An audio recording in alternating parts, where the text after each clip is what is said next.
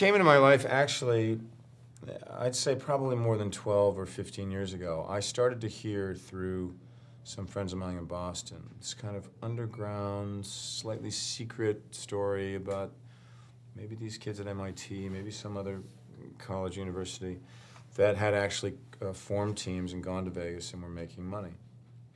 But nobody would confirm it. It was sort of like an open secret. At the time, Danny Bernetti, who's one of our lead producers on the film and runs my film company, he even wrote a treatment about it, but it just kind of never went anywhere because we didn't know the facts of the story. And then one day, about 5 years ago, he was walking down the street in New York and he passed a newsstand and there was a Wired magazine that said the true story of the MIT students who took Vegas for millions, and he grabbed it off the stand and he called me. And it turned out that article was written by Ben Mesrick, and it was in connection with the book that was about to come out, Bringing Down the House. So we ultimately, we tracked Ben down, literally Googled him and found a number in Boston and cold called him. And he was on a plane to Los Angeles the next day. We made a deal with him to produce the film version of the book, and here we are a little more than 5 years later. Finally, it's coming out in the theaters. So for us, it's been an incredible journey of always believing that this story would have made a good film.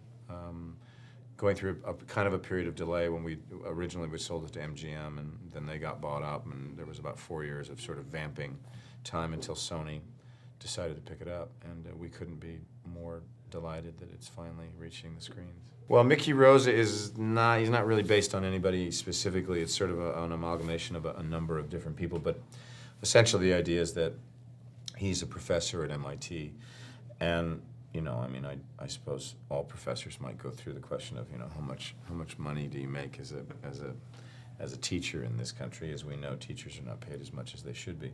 So he finds this other way to make money, and it started for him, for us in the backstory, that he was actually on one of these teams when he was younger, and then teaches these kids how to count cards, and is sort of the leader of these groups that go to Vegas and role play and work in teams, and they did make millions and millions of dollars. I mean, it is quite stunning that it works. I know it works because as part of our research, we came to Vegas with a couple of people who were on the team, one of the teams, and although they're not allowed to play, they stood behind me, and the casinos didn't mind they were there. And every time they wanted me to up my bet, they just push against my chair. I won every time, so it worked. Now this new English fellow, Jim, he's pretty amazing. No, he's done a great job, and I think he also did a very fine job in Across the Universe. We always knew we wanted somebody who more than likely was unknown. There's something about an audience being able to discover a performance in an actor, and you don't come in with lots of preconceived notions, particularly for the central role. And this character in some ways always reminded me a little bit of the Tom Cruise character in Risky Business, that suddenly you find yourself at a very young age with the opportunity to make lots of money.